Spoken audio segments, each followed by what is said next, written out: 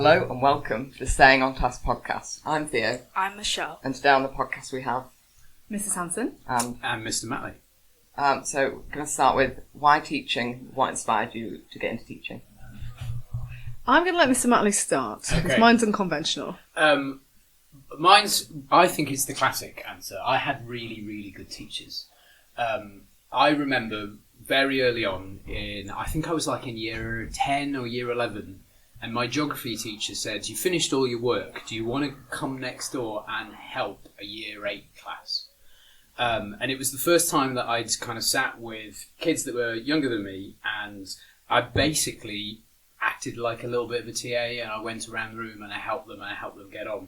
And I had this moment where at the end of the lesson, a kid said to me, and I was, as I said, year 10, year 11, and a kid in year 8 went, "Oh, I get that now. I didn't get it before. Thank you." And it was that little moment of, oh, I've made a difference. Like I've done something that's really helpful. So I had really good teachers, and they made me kind of inspired and engaged, and I kind of wanted to do that for somebody else. Yeah, and what about you, Miss? So my mum was a teacher. Yeah. So mine's the exact opposite of Mr. Matley. I remember very vividly sitting in a year 10 class with a teacher I really liked, Mrs. Dival, what ledge, an English teacher. She was my form tutor. But we were in form and we were talking about careers. And I remember her standing there and looking wistfully out the window going, girls. I was at girls' school. Girls, if I'd have had the opportunities you had, there's no way I'd be a teacher. And I remember in that moment looking at her and thinking, I don't know what I want to be, but I really know I don't want to be a teacher. And that was a fairly critical moment for me, and I was very clear on the fact that I'd seen how much work my mum did for very little thanks, and I saw this wistful look in this older lady's eye, and I was the next generation of powerful women, and I should probably go and do something not teaching related. However, that's not where we are. What actually happened was I had a great time. I took a couple of years out after uni. I was just trotting around the globe doing ski seasons, having a whale of a time, and my teacher mum was getting a bit sick of me spending all her money. So she went to an outreach school in the middle of nowhere that couldn't get teachers and name dropped me and gave the head teacher my phone number. The head teacher rang me and was like, "Do you want to come for an interview?" And I was like, I don't really want to be a teacher. Like I was not actively looking to be a teacher. And anyway, I went along. The salary was okay. I thought, sure, I'll do this for a year. And here we are, 20 years later. Turns out I'm quite good at it, so it's okay. Yeah, so was that the moment you realised that, because obviously you got into teaching, but when did you actually realise teaching was I the quite career liked for it. you? To be fair, that school was really difficult. I was there for a couple of years and then I got my job here, and this school was a utopia. 2005, when I got my job here, was honestly the most amazing place I'd ever been to, and I wish that I'd come to a school like this. So I thought, you know what, I'll give it another try, because the previous school was a little bit crazy. And I really loved it, and I do still love being in the classroom. I still love teaching kids. That's the bit that I really do enjoy. So yeah, it's a bit annoying because it turns out my mum was probably right, and I don't like to admit that, but yeah. Yeah. You mentioned earlier about the next generation of powerful women. Like, how do you feel you empower that as like a teacher? That's a really good question, because obviously there's a lot about this in the media at the moment, and everybody's got very binary black and white views on this. I found being a female teacher interesting because it is predominantly a female job now, which is interesting because obviously 70 years ago it was mostly male. Women couldn't get into the profession quite as easily. I don't know that I do empower people. I hope I do. I'm a big voice. I'm not prepared to sit back and things. But I have found there have been moments where in meetings, for example, I've had parents not address me, even though I'm the person that knows the child we're talking about. They'll address the man in the room. And that's quite difficult to navigate over the last 20 years. And I do see like microaggressions and stuff throughout my career from students, from parents, and sometimes from staff. I like to think I challenge them. And I like to think that it's more my personality and less about having to be like a girl boss all the time. But I'll take that. Yeah. And what about you, sir? Is your experience with teaching being different as a non-straight man, if you don't mind speaking about it? Absolutely. It's kind of interesting. My journey through teaching and being gay has been one that has changed a lot. When I trained to be a teacher, we were told, don't say anything. Don't say anything. You will make your life infinitely harder. You will put a target on your back. People will be horrible to you. You will just become a laughingstock. Don't do it. So I left my teacher training, and I can see why that advice was given. I can totally see why someone would do that, because you want to protect your kind of next future leaders and teachers and things like that. And I can see why. And then I came here, and it's a Church of England school. With this kind of ringing in my ears, I thought, like, I don't want to be a problem. I don't want to make life harder for me. But I remember in my first NQT year, my first year of teaching, I remember I was attached to a year 11 form, and it was Leavers Day, and we all went out on the top fields, and there were kids with big rainbows kind of stitched into the back of their shirts. And I remember leaning towards another member of staff and saying, is there any hassle for that? Like, do they get any flack? And they kind of turned at me and looked at me quizzically and went, why would there be any flack for that? And I suddenly thought, oh, okay, maybe there's something special here. There's something that's really, really nice. But I was always nervous. I didn't want to, cause a problem. I didn't want to, get the wrath of a parent or break some kind of, Christian rule. So I kind of kept it very much quiet for years and years and years and years. And I tried to do things kind of like on the sideline. So I remember going to see Mrs. Bates, who was in charge of PSHE at the time. And some of the lessons on homophobia, biphobia and transphobia were a bit clunky and they were a bit old. And I said, could I rewrite that? And she looked at me and kind of went, why would you want to do that? And I said, oh, no, I really like PSHE. It's really, really good. But I thought that would be my little kind of thing that I could do to kind of make a difference. But still kind of kept it very much not saying anything to anybody. And then I got to a point where I just felt like I was lying. I was being disingenuous to the people around me. Other members of staff can have, their pictures of their, kids and their partner on their desk, and I felt that I couldn't. So I asked permission. It seems weird to say that. Did but you? I didn't know that. Yeah. Who did you ask permission from? Mr. Stones, one of the previous head teachers. Hmm. So I booked a meeting with him, and I remember his secretary said, well, what's it about? And I said, it's personal. Let's just call it personal.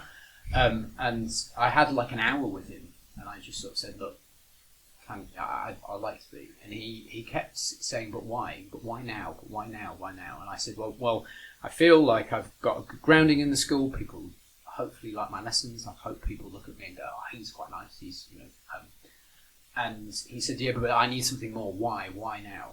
And I said, well, if me being open and honest, maybe being a role model, maybe just someone that, drops it into conversation from time to time that I've got a partner and that they're male, if that makes one person go, oh, he's quite nice, I enjoy his lessons, I never thought about that, and that makes them see people who are LGBT in a completely different light, because there are so many stereotypes and there's so many misnomers and things about people who are LGBT, and if it changed one person's perspective, then it would have been worth it. And Mr. Stones went, that's enough. That's all. That's it. This is really interesting, though. Do you mind me jumping in? Yeah. Just that the students that are currently on roll here don't know anything different. It's very interesting. I've been here 20 years. You're a couple of years behind me, aren't you? And we've been friends that whole time. Mm. I didn't know you were gay for 10 years. It wasn't any of my business. I did think possibly, but not because of anything other than I'd never known you have a partner and jumping to conclusions, I guess. And I've seen you go on this massive journey. But what's interesting for the kids who come in now, they're probably going to be like, well, of course you can wear rainbow flags. Of course you can be gay. Like, to you guys, that's much more normal, as in inverted commas, of like your experience at school. Whereas I remember the school that you're talking about, and I understand why you were uncomfortable in how you would come out. Basically, you had to come out all the time, over and over again. I'm really happy for you that you've gone on this big journey that you've gone on. We actually had a big push in about 2008, 9, I think it was. The phrase like, that's so gay, that is gay, that's whatever's gay. We had a huge push and we just decided we were going to cut that out for language. Now I appreciate that some kids probably do still hear that, but 15 years ago it was all the time, it was prevalent, nobody dealt with it, it was too big to deal with, it felt like, but we were heads of year at the time, weren't we? And we just went, we're doing something with this. Letters went out to parents. We had a massive crackdown. There was a bit of pushback, a lot of people going, oh, this doesn't mean the pencil's gay though, don't be so literal. We were talking about semantics being important. So I just feel like you've dramatically changed this school, and I am very happy for it. I was going to say I was proud of you, but it's not about me. I'm happy for you that you've been on this kind of 20-year journey. Yeah. Are there any other initiatives like that you've taken for other causes as well? I find it really interesting. But I don't know if I want to talk about it. I find it really interesting there's a movie that changed my life. It absolutely changed my life, and unsurprisingly, it's an LGBT movie. It's called Pride. It's the real story of the kind of the miners' strike in the 1980s, and a group of lesbian and gays who go and support these striking miners. And essentially, you've got a group of people who are being picked on by the police, and another group of people who are being picked on by the police and society as a whole, and they find common grounds. That they are very different, and the Welsh miners have views about people who are LGBT, and they have all of the stereotypes that they've been fed and picked up from the news and the media. And it's a movie that just is about being human, and it's about getting along and about supporting one another. And there's a line in the movie where it says, the thing that always catches me is I find it illogical that I can support gay rights, but I wouldn't be in supporting workers' rights or women's rights or black rights. And so for me, I think that, Mrs. Hanson's been super kind and lovely and said about, the journey that the school has been on. For me, if I'm going to kind of campaign for, LGBT rights and look after students who are LGBT or questioning in school, then I can see the kind of commonalities with, people who are, marginalised and picked on for other reasons, whether it's their race, whether it's their ethnicity, whether it's their religion. So for me, it kind of inspired a kind of a wider equality kind of movement, and to kind of find that parity between everything. This shouldn't be about playing top trumps with people's kind of characteristics. That actually the key thing is just being good people. I would say that you and I have kind of been in the forefront of quite a lot of things, if I'm honest, because we were young gun teachers. We were fairly innovative when we first came here. I mean, obviously we're slightly more bitter and cynical, aren't we? That's the nature of the beast. We're old and twisted. But I mean, we're both really good teachers. We're not good teachers because I'm a woman and you're gay. Like, that's not why we're good teachers. We're really good teachers, and we like to think that children and adults respect us because we do what we say and we say what we do. And I have got involved in other stuff. I think after the Sarah Everard murder, there was a lot of really deep misogyny that was very ingrained in our society that we then see as a microcosm in school. I was like the forerunner. I took a load of things to governors and head teachers back in the day, and I forced a very uncomfortable conversation at that time, and I did get a little bit kickback from the head at the time. It's not our current head. But yeah, and the pushback I wasn't expecting, but I pushed back again, and I do feel that we're in a different place again. But yeah, I'm a good teacher. I teach really good lessons most of the time, maybe not every single lesson. I mean, teach you guys, both have PTIs, right? Yeah, we're both been Teacher of the Year, Yeah. Have you ever thought about quitting teaching? Yes. Yes. Yeah. Were we just talking about the lottery downstairs there? Just over our lunch we were talking about winning. I think I was speaking to the current head teacher yesterday, Mr. Edgar, and he said that he feels that teaching is probably the most misunderstood job, and it's a job which is incredibly like the hardest working of all of those kind of jobs where you go out and you do a 9 to 5, because teaching doesn't stop at 5 p.m. It's the thing that when you're ahead of year, you wake up at 3 o'clock in the morning, bolt upright and go, oh my God, what if that happens and that happens and that happens? Or I didn't do that thing. Or I didn't do that thing, or I didn't file that piece of paperwork. Or it's is that kid going to go home tonight and be safe? You leave school maybe at 5, 6, maybe 7:30 if it's parents' evening, and then you go home and go, I have 32 papers to mark. And, I owe it to the kids to try and get that turned around as fast as possible. So there are bad days. There are days when, For me as a head of year, the emotional conflict, like I'm in conflict with somebody every single day. That's quite exhausting. Yeah. Like I'm pooped when I get home. I'm intellectually drained from my classes, which is about 20%, I'd say, of what we do. So the bit that everyone else sees, that students see, that then adults know, I'd say 20% of what we do is in the classroom. That's the bit I love. And then all the other stuff is the stuff that most people don't realise happens in the background, whether it be the emotional conflict stuff. You know, I'll start my day with 3 or 4 emails from parents or staff, and somebody's got a problem with something, and they're not necessarily meaning to aim it at me, but it is often quite personal, and you have to be able to rise above that. So it's quite... So yeah, I have thought about leaving teaching. I've thought about trying to emigrate. I couldn't. I couldn't.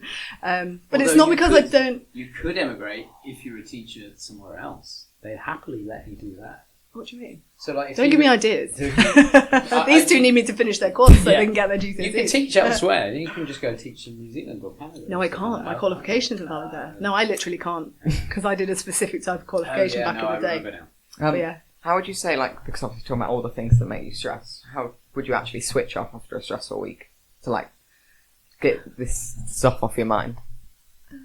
We often catch up with each other. Like, we go for an angry walk sometimes. Yeah. Although we haven't done that for a while. No, I think you have to make space. You have to. Yeah.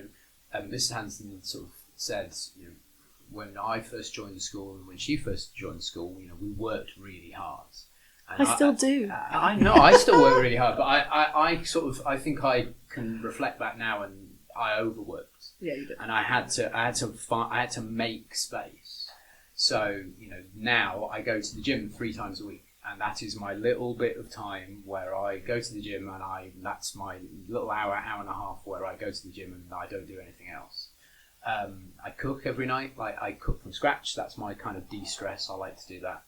And then, can I just say, back in our 20s, we spent a lot of time in town in the bars, but we haven't done that for a good 15 years, have we? And then, like, Lego, computer games, those kind of things. What a dweeb you are these days. Yeah, we used to... My Facebook album from back in the day, from the early 2000s, just full of pictures of us on a weekend, just enjoying life, not going wild or anything, because obviously we were teachers and you are a role model in the community, which is something they don't really tell you about being a teacher in your 20s. But yeah, we used to party, and now we hang out and you do Lego and I read books, so it's a bit less interesting, isn't it? But yeah. What's the funniest thing that has ever happened in one of your lessons? Oh God, I wish I'd had time to think about that. That's a tough one. I tend to have more like the kid in my old school trying to set fire to a bin kind of moments and things like that. That is really tough. I mean, it's usually fart related, right? I mean, even just this week, I've had one that was so horrible it just wouldn't go away the whole lesson. And you just have to make a joke out of that. Well, isn't it interesting that quite a lot of stand-up comedians are ex-teachers? There's quite a lot of people that I know, but they sit down, they prepare their material, smartly. No, but what I'm saying is, in a weird way, the funniest things that happen in classrooms tend to be from the kids, because the kids it's things they say, things that they say, and bits of us. I'm sure that there's been some. I mean, I do remember when we were younger. I remember one of our other teachers that was our age coming and just sitting in the back of my classroom, waiting to see how long I'd noticed that she was there. I mean, I wouldn't dare do that now. Obviously, that's very disrespectful. But I can't think off the top of my head. Sorry. I think but I think that's because they happen every single day. There are things that make you smile every day, and you get the classic ones of people calling you mum or granddad. I do love a mum comment, because they're so horribly embarrassed. My other one that I get is in registers, people often answer sir, but I'm taking that as a girl boss vibe, like I'm giving off that energy that they go sir, and I'm like, I will answer to sir. What advice would you give to students who maybe feel like they don't fit in? I'd like to think, I was thinking about this earlier, and about whether or not does it matter that I'm a teacher who's LGBT? Does it matter anymore? And I'd like to think that the answer is no, it shouldn't matter. No, I'm a teacher. I think that kids assume that you finish your teaching, you go to sleep in the cupboard in the back of your classroom, and then you always get that moment of wonder where people see you outside and go, oh my God, they're a real person. But in terms of, advice, be you, because it's boring being the same. We're all unique. We all think differently. We all look differently. We all like different things. And that's the unique thing about us as human beings. If everybody was the same generic, flat, uniform person, it would be dull. So, embrace the things that make you you, because they're special. And I would also add to that if someone's picking on you for whatever thing that you feel that makes you different, I can just tell you now, it's never about you. It's always about them. And that's just, I take that to my heart. And you can be upset by it. You can allow yourself to be upset by something, but you can also choose not to be. And that I've learned over the last 10 years.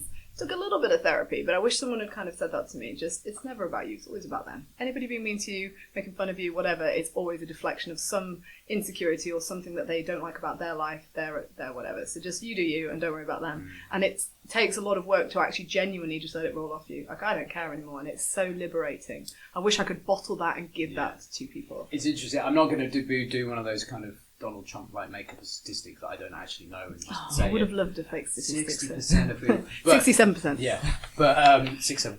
But one of they say that quite a lot of people who are homophobic end up actually being gay anyway, and they're just struggling with it and they don't know where to put it. I think you apply that to everything. You pick on someone, it's exactly that. So might be a home life situation, whatever. Yeah, so just be you and don't let anyone else get on top of you. Well, this is a bit of a curveball compared to the last question, okay. TV shows, music, or podcasts you're interested in right now? Okay, so I am like a massive podcaster, but I am true crime junkie. I'm obsessed with the Bone Valley one that I'm listening to at the moment, because this guy has done 36 years in prison for murdering his wife when he didn't do it. And this other guy has been telling people that he murdered this guy's wife for about 7 years. And the American justice system is so corrupt. So I'm obsessed with how corrupt the American justice system is at the moment. And I'm really into really basic pop music, like Benson Boone, Conan Gray, Sabrina Carpenter, anything that's absolutely basic, that's totally uninteresting to people that want to be a little bit different. I'm not that guy. I love the most basic. And I'm here for that. I can't believe you didn't say Taylor Swift. Well, it is Taylor, but I also feel like I'm kind of branching out a little bit. Okay. I've done the Eras Tour, darling, done that. I love a podcast as well. So for me, it's I listen to the News Agents every single day. It was brilliant, just giving you that overview of what's happening in the world. Movie podcasts, so Commode and Mayo, Formula One. I'm kind of proper basic. You are a movie and a Formula One dork, though, aren't you? Like, you are really into those two things. On. So those things. TV. I switch up. I try and be good. I try and switch up my streaming services. So I have like a couple of months in one, a couple of months in another. So I quite like a Marvel movie. I quite like a Marvel series. But I'm currently watching. What am I watching at the moment? Beef on Netflix. That's really good. I don't really watch TV. I'm a doom scroller. Yeah, I'm not that. I am a doom scroller. But I love it. My algorithm is absolutely perfect for me at the moment. I've worked really hard on that. Brick by brick. That algorithm is for me. What led you to pick, for each of you, to pick like your topics like English and geography? I mean, I fell into teaching by mistake because my mother made me, and my degree is in English, so I didn't really pick that. And to be honest, I love history and I love politics, so the fact that English allows me to talk about those things, but could I have easily been a history or politics teacher? 100%. So I tend to bring that in. So yeah, mine is because I have a degree in English and my mother made me. Yeah. Little known fact, I was actually better in history than geography at school. So I always got better scores in history. So I did GCSE history, A-level history, and I actually scored better in history. But geography for me just clicked. Like, I liked the fact that I could, learn about something in a lesson and then go out and jump on it, run up it, look at it, take a picture of it. And so for me, it was just real. It just clicked naturally with me. And I'm the kind of person that, if I'm trying to explain how something works, I'll, jump on a table, run around, build it out of sand, whatever it is that makes it come alive. So yeah, geography for me it's the world in which we live, and I get to kind of point at it and go, look, there's that thing, and isn't it cool? So that's why I like it. If you could go back and speak to your 16-year-old self right now, what would you say? So many things. Don't date that boy. Don't marry that man. Don't be a teacher. Honestly, so many things. But you also have to make mistakes to become the person you are. I wouldn't be the person. I know that's corny, but I actually wouldn't be the person I am without all those things. And that's true. I do think that we're kind of an amalgamation of all of the things that have happened to us. When my dad was in the RAF, so I was dragged around the world, and at the time I resented it. I hated it because I was being moved from place to place. But it's made me the person I am because it's allowed me to make friends really quickly and be quite sociable and those kind of things. I would say don't take everything too seriously and be kind to yourself. Yeah. Because I took everything really seriously. I thought every move that I made, every cough that I did in the wrong place, the way I sat, the way that I spoke, I thought that was my end of days. And actually, it didn't matter. It didn't matter. So be kind to yourself. And I wish I could tell baby Melly that for him, because that makes me sad for you. I would enjoy the 90s more because it was ace. And what do you hope the listeners of the podcast take away from this? Like, what would you hope they gain from this? Oh, God. Well, here's the thing. Like, I did my homework. I listened to the first episode with Mr. Dickenson I had a quick look this morning. Mr. Tomlinson, and I was like, they came across like really, really well. How have we come across in comparison? That's the thing. Is it okay? Really well. I think that I would love people to, realise that behind every teacher is actually a human being. Just a person. And we're here because we do give a monkeys. We want you to do well. And there are some times when, we get given a list of rules that we have to enforce. And those rules are not aimed at you, they're not to punish you, they're to keep everyone safe and to keep everybody happy. And, it's not personal. We're here because we want you to do really good English, we want you to do really good science, history, geography, whatever it is. We want to help. And there are some times when, like, I have to put my angry voice on and be like, you can't do that. And it's not because I don't like you. It's just because I want you to be safe and happy. But also, like, I like to think that people take away that we're just normal people. We're very genuinely friends as well. I hope people can see that, like, we are just people. I do stay at this school because I like it. I could have gone somewhere else. We were hotshot, big guns. I'd met the Prime Minister for being the best teacher in the country that year in 2011. That's a long time ago. I know that. And I am still a good teacher. I could have gone somewhere else, and I didn't. And I do want... I don't know, I'm hoping that your listeners will appreciate that I am here because I do care. I know I didn't get into teaching necessarily because I cared, but since I'm here, I do. And we're just people. We are very genuinely friends. Well, we'd like to thank you for coming on, and we really hope you've enjoyed. Yeah. And see you next time. Yeah, thank you.